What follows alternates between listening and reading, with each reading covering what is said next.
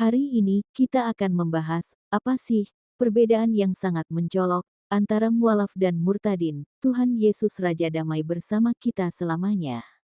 Halo Sobat Tuhan Yesus, di mana saja berada, berjumpa kembali bersama Armageddon TV.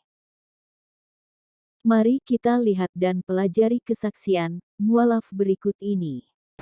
Jadi ketika saya berislam, tadi Aslim Taslam tadi, itu yang hari ini sebenarnya kepingin saya ngajak teman-teman saya yang lama ini.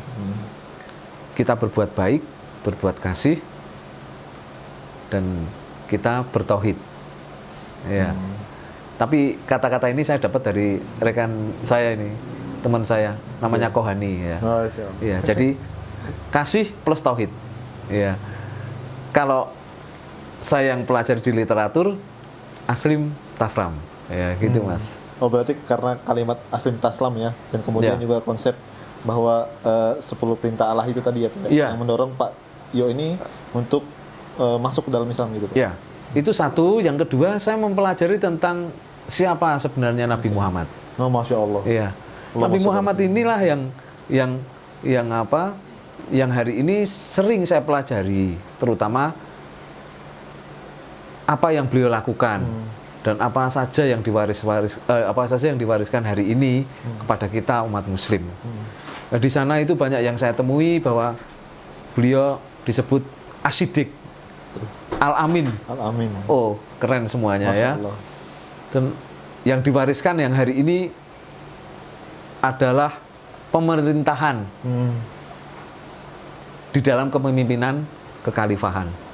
Mari kita lihat dan pelajari kesaksian murtadin berikut ini. Akhirnya saya ingin bukti waktu itu, artinya minta Tuhan itu menjawab doa saya satu aja supaya saya bisa menerima Tuhan dengan sungguh hati. Itu juga simple permintaan saya. Tuhan, selama ini aku dalam penjara. Aku nggak mengerti dunia luar. Katanya engkau Tuhan yang ajaib, yang tidak ada mustahil bagi engkau. Aku pingin Tuhan mengerti dunia luar walaupun tubuhku dalam penjara. Tuhan menjawab saya.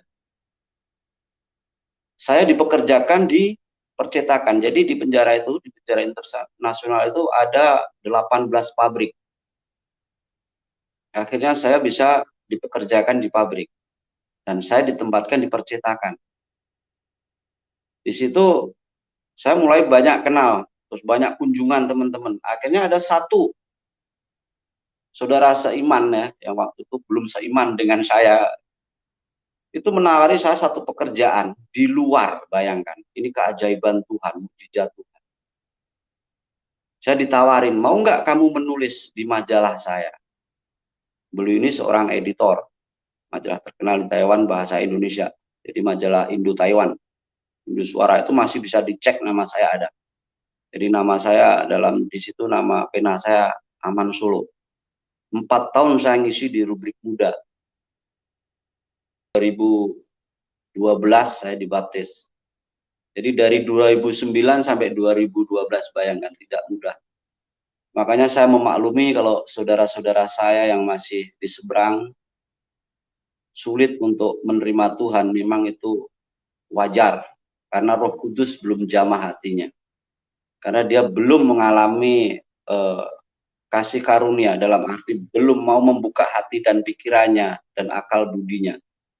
Itu saya memaklumi, tapi saya tetap berdoa untuk keluarga saya, saudara saya. Saya sangat mengasihi, Tuhan sangat mengasihi. Itu yang membuat hati saya selalu berdoa itu. Manusia pasti diberi Tuhan, akal dan budi, yaitu pengetahuan dan budi pekerti yang harus kita semua gunakan dengan benar secara jujur. Biasanya orang bisa mualaf karena hal-hal yang bersifat kedagingan, seperti contoh beliau tadi, beliau lebih melihat kasih tidak dilakukan orang Kristen. Tidak salah juga beliau ini, karena beliau belum paham yang namanya manusia pilihan Tuhan. Mualaf lebih ingin melakukan perbuatan yang lebih baik atau perbuatan yang nyata, bukan hanya sekedar bicara kasih saja. Mualaf lebih melihat sosok Muhammad yang sukses menjadi pemimpin kekhalifahan, jadi bersifat ingin mencontoh sosok teladannya. Seseorang menjadi murtadin biasanya melalui proses yang panjang dan awalnya tidak akan percaya, walau sudah diberi bukti secara nyata tapi belum yakin, dan itu menjadi pergumulan yang panjang dalam kehidupannya. Murtadin karena melalui proses maka mereka biasanya memakai akal sehat yang luar biasa, ketika sudah diberi mukjizat yang nyata biasanya belum terlalu yakin dan proses menjadi murtadin biasanya dilalui dengan pemahaman rohani yang sangat serius. Biasanya seseorang menjadi murtad, biasanya berdoa pada Tuhan Yesus, kalau Yesus memang ada dan katanya mukjizatnya luar biasa, coba tunjukkan kuasamu, bikin aku yang terpenjara ini bisa lihat dunia luar, seperti contoh murtadin bapaknya tadi.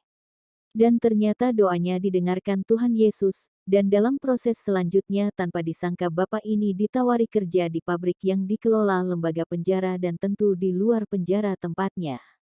Dalam proses selanjutnya karena memang dikuasai oleh Roh Kudus, maka si bapak ini ditawari untuk menjadi editor suatu majalah, sehingga bapak ini mendapatkan banyak remisi dan tak jadi menjalani hukuman 15 tahun tetapi hanya 6 tahun penjara. Tuhan Yesus Raja kita semua sampai selamanya. Amin.